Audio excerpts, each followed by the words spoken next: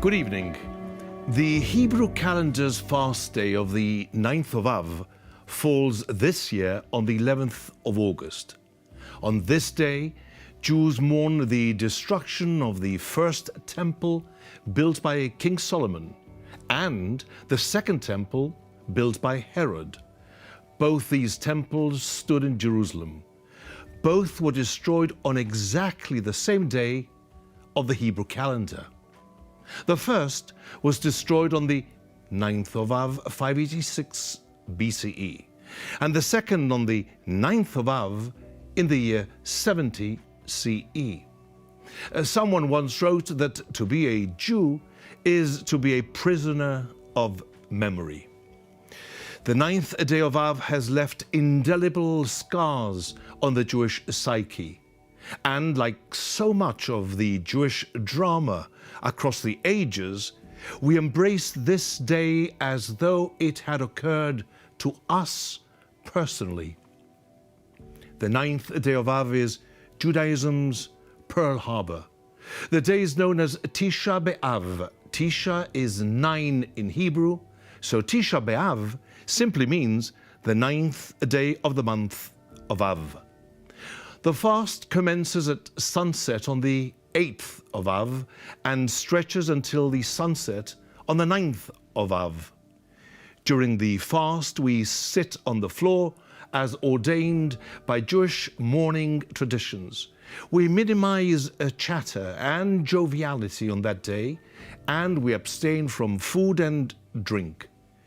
In synagogues, we chant dirges with funeral melodies, and during the synagogue service, we read Jeremiah's evocative book of Lamentations, which narrates the destruction of the first temple and the Babylonian exile of 70 years.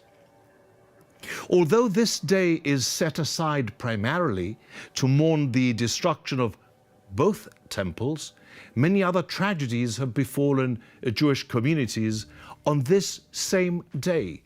Notably, in 1242, the Crusaders burnt Jewish holy books in Paris. In 1290, the Jews of England were expelled from that country. The expulsion of the Jews from Spain in 1492, the outbreak of World War I in 1914, the mass deportation of Jews from the Warsaw Ghetto in 1942. The 9th day of Av is the saddest day of the Jewish calendar, and we especially cling to the memory of Jerusalem as the center of our spiritual source. I have argued that Jews have no history. We have memory. Memory is much more powerful than history. When Jews were led into captivity to Babylon after the destruction of the first temple in 586 BCE, they sat down and wept by the rivers of Babylon and remembered Zion. Then Jews swore never to forget Jerusalem. When we pray towards Jerusalem. At the end of wedding ceremonies, the groom breaks a glass testifying to the Jewish people's continued mourning over the temple's destruction on this day.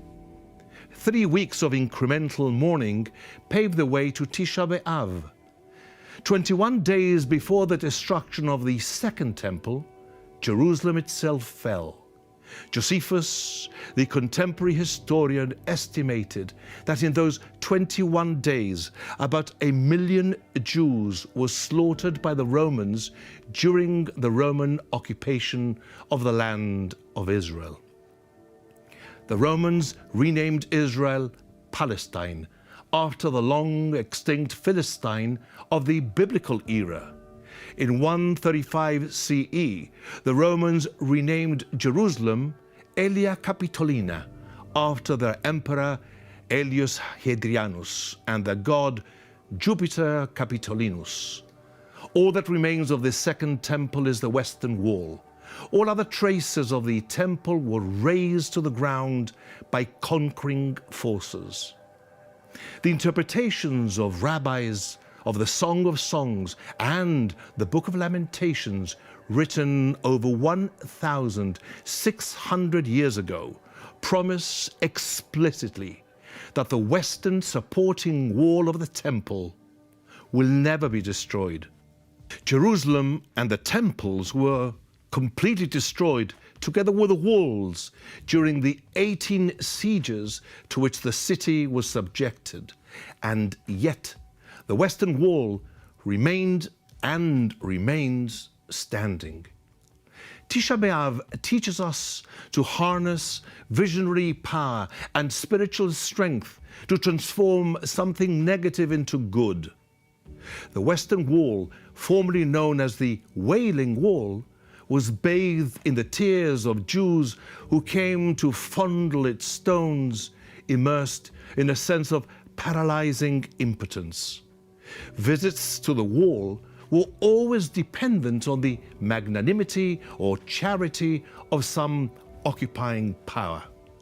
In June 1967, when Israeli paratroopers captured eastern Jerusalem from Jordanian forces, soldiers, politicians, and civilians alike from the Jewish world rushed to visit the wall.